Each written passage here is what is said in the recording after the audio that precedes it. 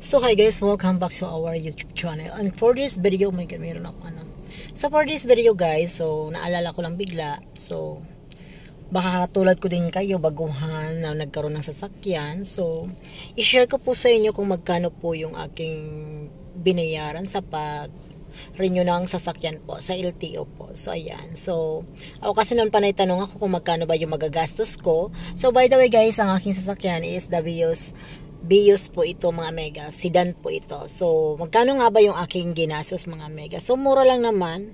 So meron kasi akong mga tinanong na overpriced, kaloka.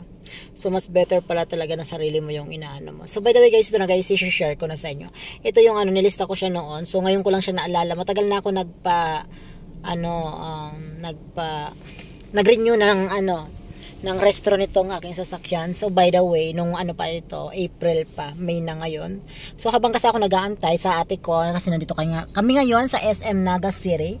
So nandito ako ngayon sa parking area. So habang naghihintay ako, so i-vlog ko to at i-share ko po sa inyo kung magkano nga ba guys yung aking nagasto sa aking pag-renew ng restro ng sasakyan. So hindi po ito hindi ito late registration, so on time. So ito po yung binayaran ko. So sa inspection mga mega ko, so by the way mga mega ko, dito ako sa Pili LTO nagpa-restro or nagpa-renew nitong restro ng aking sasakyan. Okay amiga ko, so unang unang binayaran ko mga mega is pumunta ako sa inspection area. So ayan, dun sa counter. So binayaran ko is 850 mga mega ko. 850. And then pagkatapos mga mega ko, pagkatapos sa inspection, nung natapos na yung inspection, so doon naman sa insurance mga mega ko. So ayan. So sa insurance naman mga mega ko is 800 pesos. 800 pesos mga mega ko. And then pagkatapos mga mega ko sa katatlong bayaran, doon na to sa pinaka last part, yung makukuha mo na yung ORCR doon, yung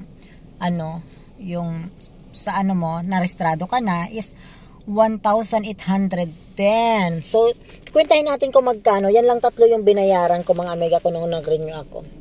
So, kwentahin natin siya mga mega ko, okay? So, magkano nga ba lahat? Sedan po ito ang aking nirestro, okay?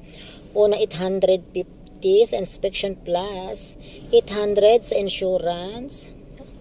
Wait lang, 850 plus 800 plus 1,810. So ayan mga mega ko, is total of mga mega ko ng aking binayaran is 4,310. So yan lang po lahat. So inspections, insurance, and then doon na sa pinaka last part na counter. So total of 4,310. So doon sa inspection, 850 mga mega ko, and then doon naman sa insurance nito is 800, and then doon sa pinaka last part na counter is 1,810.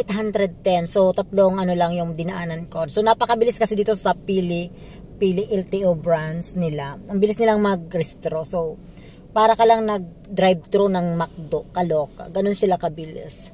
So yan mga mega ko is 4,310 kung kayo ay magpapa-renew or restro.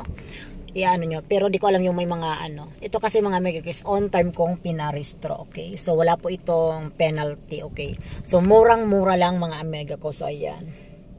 So that's all for today's video. So kung nagustuhan niyo tong video na to guys, so don't forget to like and follow and subscribe, and also hit the notification bell kung gusto mo yung mga video kong ina-upload para updated ka sa mga video ko na ina-upload dito sa aking channel. So don't forget to like and subscribe mga amiga ko. So bye bye, see you on my next video.